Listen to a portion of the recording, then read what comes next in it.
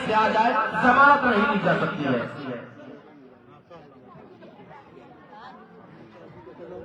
نبیلہ خاتون تشریف لائیں، تقریر پیش کریں، گالی ایک خطرناک گناہ ہے۔ سعدیہ خاتون کی عدم موجودگی میں نبیلہ خاتون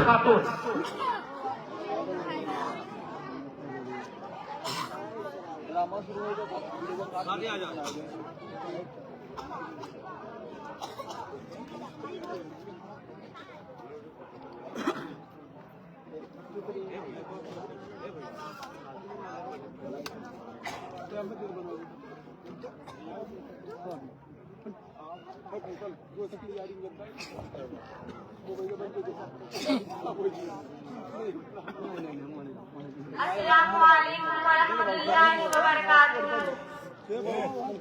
الحمدللہ رب العالمین، الصلاۃ والسلام علی سید الانبیاء والمرسلین وعلی آلہ وصحبہ اجمعین، اما بعد۔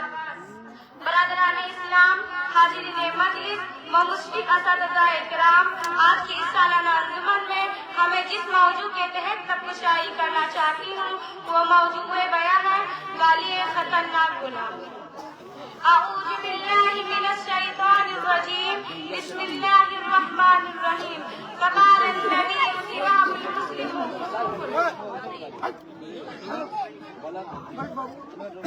محترم سامعین و سامعات، آج ہر جہاں جانب گالی گلوچ کا بازار گرم ہے۔ چھوٹا بڑے کو اور بڑا چھوٹے کو گالیاں دے رہا ہے۔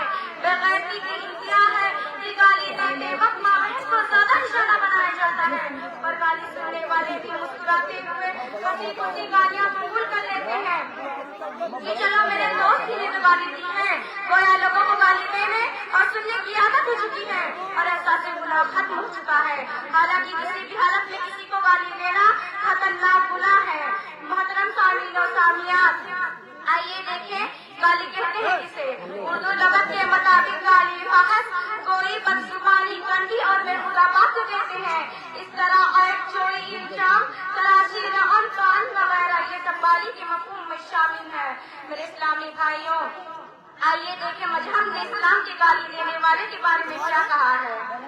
چنانچہ اللہ کے نبی صلی اللہ علیہ وسلم فرماتے ہیں، سباب المسلم فسوق، مسلمان کا گالی دینا جس کی آنی گناہ ہے۔ اس حدیث کا مطلب یہ ہے کہ مسلمان کا گالی دینا یا مسلمان کو گالی دینا یہ دونوں کس کے میں شامل ہے۔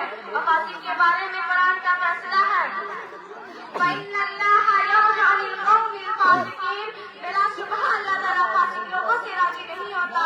اور ایک مقام پر اللہ تعالیٰ فرماتا ہے، وَهَلْ يُهْلِكُ إِلَّا الْقَوْمِ الْفَاسِقُونَ، بس فاسق لوگوں کے علاوہ کوئی ہلاک نہ کیا جائے گا۔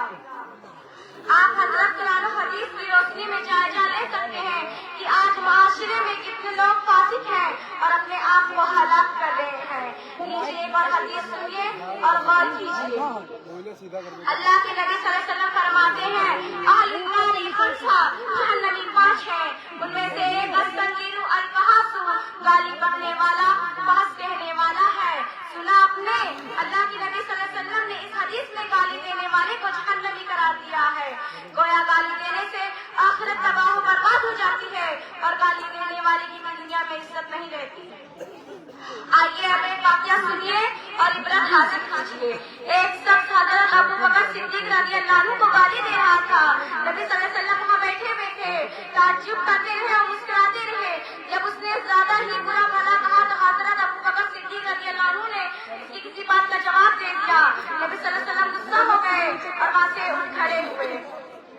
حضرت ابو بکر صدیق رضی اللہ عنہ آپ صلی اللہ علیہ وسلم کے پیچھے جا کر آپ سے ملے اور کہنے لگے، اے اللہ کے رسول صلی اللہ علیہ وسلم، وہ مجھے گالی دے رہا تھا، آپ بیٹھے ہوئے تھے، جب میں نے اس وقت کسی بات کا جواب دے دیا تو آپ غصے سے اٹھ گئے۔ نبی صلی اللہ علیہ وسلم نے فرمایا، بات یہ ہے کہ تمہارے ساتھ ایک فرشتہ تھا جو تمہاری طرف سے جواب دے رہا تھا، جب تم نے اس کی کسی بات کا جواب دے دیا تو وہاں شیطان آ گیا، اور جہاں شیطان آ جائے میں وہاں نہیں بیٹھ سکتا۔